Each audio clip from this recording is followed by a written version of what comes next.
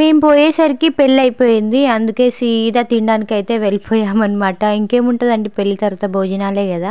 మేమైతే అందరితో పాటే తినేసాము. డాడీ వాళ్ళు లాస్ట్లో వచ్చారు, వాళ్ళు తింటున్నారనమాట. అదేంటో నార్మల్ టైంలో ఐస్ క్రీమ్ బాగా తినాలనిపిస్తుంది, ఇలాంటి పెళ్లిళ్ళలో అయితే అస్సలు పోదు, ఎందుకంటే అన్లిమిటెడ్గా ఉంటుందనేమో మరి. ఇంతకీ పెళ్ళి ఎవరిది అనుకుంటున్నారా? మా మామ కొడుకుది అనమాట, అంటే నాకు బావ అవుతారు. ఇంకా తినడం అయిపోయిన తర్వాత ఒక దగ్గర కూర్చొని ముచ్చటలు ఆడుకుంటున్నారు వీళ్ళందరి మెమోరీస్ ని నేను క్యాప్చర్ చేస్తున్నట్టే అనిపించింది నాకు వీడియో తీస్తుంటే. ఇలాంటి టైంలో మా బుడ్డోడు భలే ఎంజాయ్ చేసేస్తాడు. ఎలా అనుకుంటున్నారా? పైనే ఎక్కుకుంటూ కూర్చుంటాడు, కిందకి అస్సలు దిగాడు అనమాట.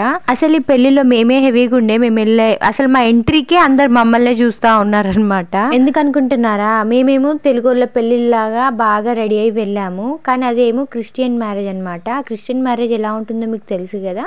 వాళ్ళందరూ చాలా సింపుల్గా ఉండే, మేమే హెవీగా ఉండే, అందుకనే వాళ్ళందరూ మమ్మల్ని చూడడం స్టార్ట్ చేశారనమాట. ఇంకా అంతా అయిపోయిన తర్వాత ఇక్కడ వచ్చి అయితే కూర్చున్నాము, ఫొటోస్ దిగుదామని చెప్పేసి. అందరూ అమ్మాయి సైడ్ వాళ్ళు దిగుతా ఉన్నారనమాట. వాళ్ళందరూ లైన్లో వెళ్ళి దిగుతున్నారు. అదే మనమైతేనా ఎవరి నుంచి ఇట్లా లైన్లో అని చెప్పేసి మూలకు కూర్చుంటాం కదా, మేము అదే బాపతి ఇక్కడ కూర్చొని ముచ్చటలు ఆడుకుంటున్నాము.